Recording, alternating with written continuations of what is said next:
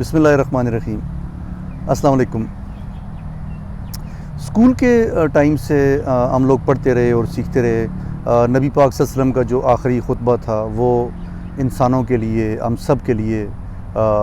تمام مسلمانوں کے لیے، تمام انسانوں کے لیے مشعل راہ ہے۔ نبی پاک صلی اللہ علیہ وسلم کا جو آخری خطبہ تھا وہ ایک مینیفیسٹو ہے زندگی کا۔ انہوں نے پورا منشور دے دیا۔ میری کیا لرننگ ہوئی جب میں اسکول میں تھا تو اس وقت بھی سیکھ رہا تھا، پھر جوں زندگی میں آگے بڑھتے رہے تو وہ سب جو پرنسپلز تھے جو نبی پاک صلی اللہ علیہ وسلم کے خطبے کے ہم لوگوں نے سیکھے، جو سبق ہم نے سیکھے، جو لیسنز ہم نے سیکھے، وہ ہماری زندگی میں پریکٹیکل طور پہ آئے۔ مجھے ان کی امپورٹنس اور ان کی سگنیفیکنس آہستہ آہستہ ایسے سمجھ میں آئی کہ جب میں پریکٹیکلی ان سب چیزوں کو اپنی زندگی میں دیکھتا رہا،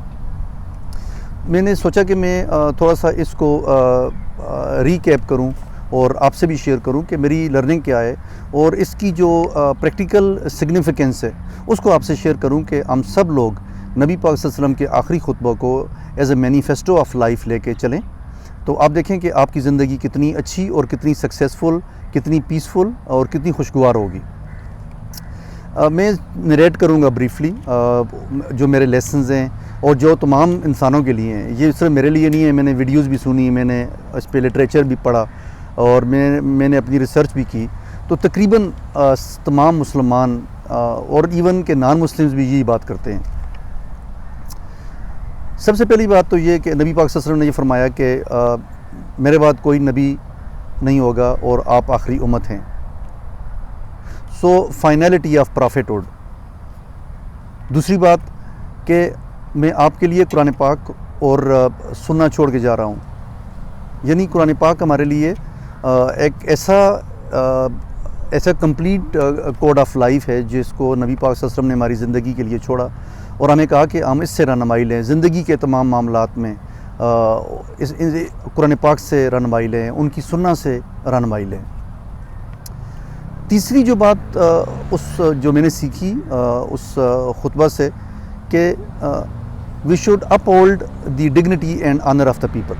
لوگوں کی جان، لوگوں کے مال اور ان کی عزت کی حفاظت کریں، اور اپنی جان، مال اور عزت کی حفاظت بھی کریں۔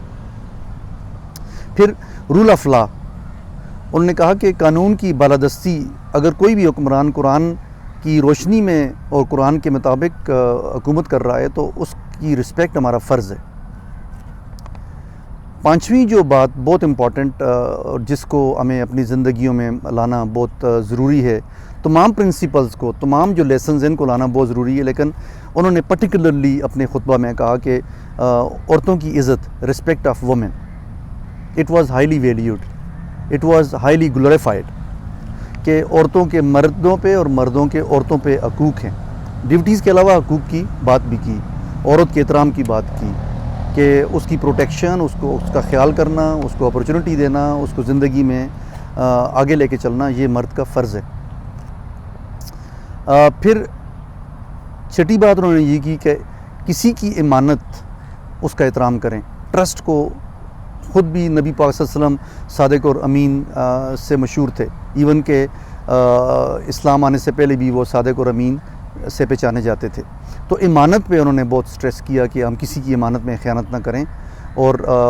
جس کی امانت بھی اگر ہمارے پاس ہے تو اس کو ہم ایز سچ اس کو واپس کریں، یہ ہماری اوبلیگیشن ہے، ہمارا فرض ہے کہ ہم یہ کریں۔ پھر ساتویں جو بات انہوں نے کی، ایکویلٹی آف ہیومن بینگز، انسانوں کی برابری، کہ تمام انسان آدم علیہ السلام کی اولاد ہیں،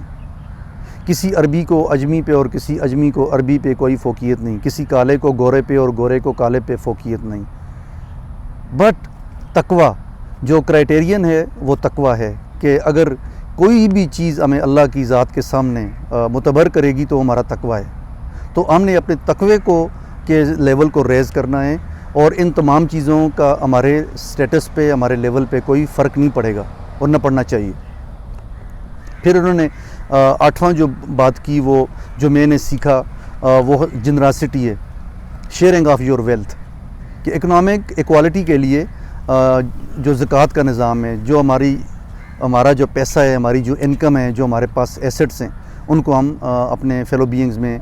تقسیم کریں، ان کی ضرورتوں کو پورا کرنے کے لیے تقسیم کریں، اور یہ ہمارے اوپر یہ بھی obligation ہے۔ پھر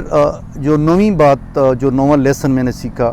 کہ سود حرام ہے، یوزری از فاربیڈن۔ یوزری کیا ہے کہ میں کسی کی ضرورت سے ناجائز فائدہ اٹھاؤں اور اس کو میں قرضہ دوں اور اس پہ میں اپنی مرضی کا اس سے ریٹرن مانگوں، تو یہ یوزری ہے، یہ ظلم ہے، تو اس کو بہت سختی سے منع کیا نبی پاک صلی اللہ علیہ وسلم نے۔